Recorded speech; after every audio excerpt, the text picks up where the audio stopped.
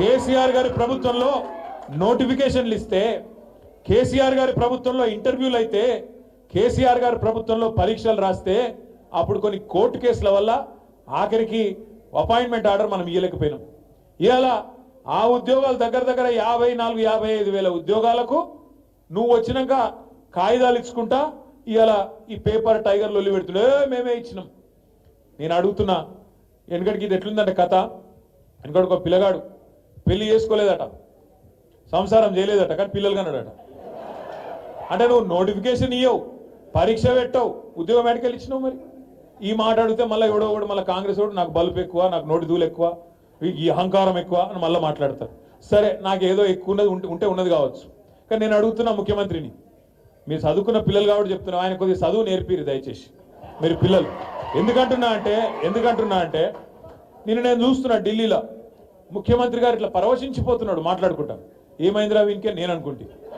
ఏమైందంటే ఆయన కట సోనియా గాంధీ ఉత్తరం రాసిందట. ఏమని? సోనియా గాంధీ గారు నాకు ఉత్తరం రాసిండ్రు, చాలా బాగా చేసినామని రాసిండ్రు, నేను దానికి ఇది నాకు ఆస్కర్ అవార్డు కంటే, నాకు లైఫ్ టైం అచీవ్మెంట్ కంటే, గోల్డ్ మెడల్ కంటే ఇదే నాకు ఎక్కువ అన్నాడు. ఏం రాసిందిరా సోనియా గాంధీ ఈయనకని చెప్పి నేను పరిశాన్ అయినా.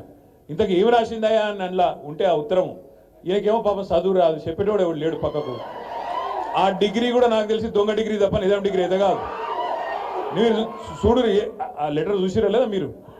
ఆ లెటర్లు ఏం రాసింది తెలుసా? సోనియమ్మ, నువ్వు పిలిచినావు నన్ను, కానీ నేను రాలేకపోతున్నా, ఏమనుకోకని రాసింది. అంతే, అంత తప్ప ఏం రాయాలి. దానికి ఈయన పట్టుకొని, ఇగో ఇది నాకు ఆస్కర్ అవార్డు, నీకు కావాల్సింది ఇవ్వాల్సింది ఆస్కర్ అవార్డు కాదురా నాయన, నీకు ఇవ్వాల్సింది భాస్కర్ అవార్డు. అదేదో సినిమాలు చెప్తారు భాస్కర్ అవార్డు అని. ఈయన చేసిన మోసాలకు ఇవ్వాల్సింది భాస్కర్ అవార్డే తప్ప ఆస్కర్ అవార్డు అయితే కాదు.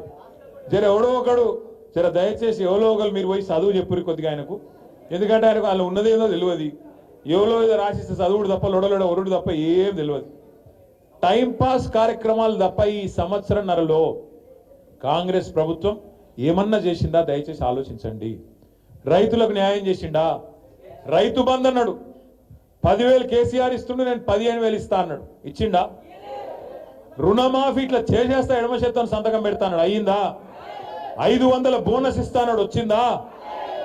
వచ్చింది. మీరు అన్న అవధాలు చెప్తారు పక్కన రాలే. ఇంకొక మాట అడుగుతున్నాను నేను, దయచేసి మీరు చెప్పాలని చెప్పి నేను కోరుతా ఉన్నా. 500 బోనస్ అన్నాడు, ప్రతి పంటకు మద్దతు ధరిస్తా అన్నాడు, ఇంకా పెద్ద పెద్ద మాటలు.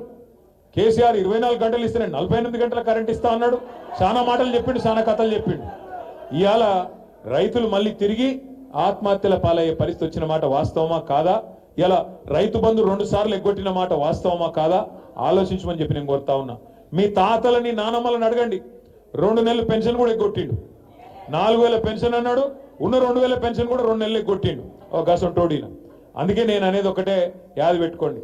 మరి వీటన్నిటి మీరు అడుగుతారు కదా, మా పెన్షన్ ఏమాయ, మా విద్యా భరోసా కార్డు ఏమాయ, నువ్వు ముసలోనికి ముసలవకి ఇద్దరికి ఇస్తా అంటివి కదా పెన్షన్లు ఏమాయని మీరు అడుగుతారు. అందుకే మిమ్మల్ని బిజీగా పెట్టాలి యూట్యూబ్లో. అంటే ఏం చేయాలి? కేటీఆర్ గారు హీరోయిన్ల ఫోన్లు ట్యాప్ చేస్తుండని పెట్టాలి.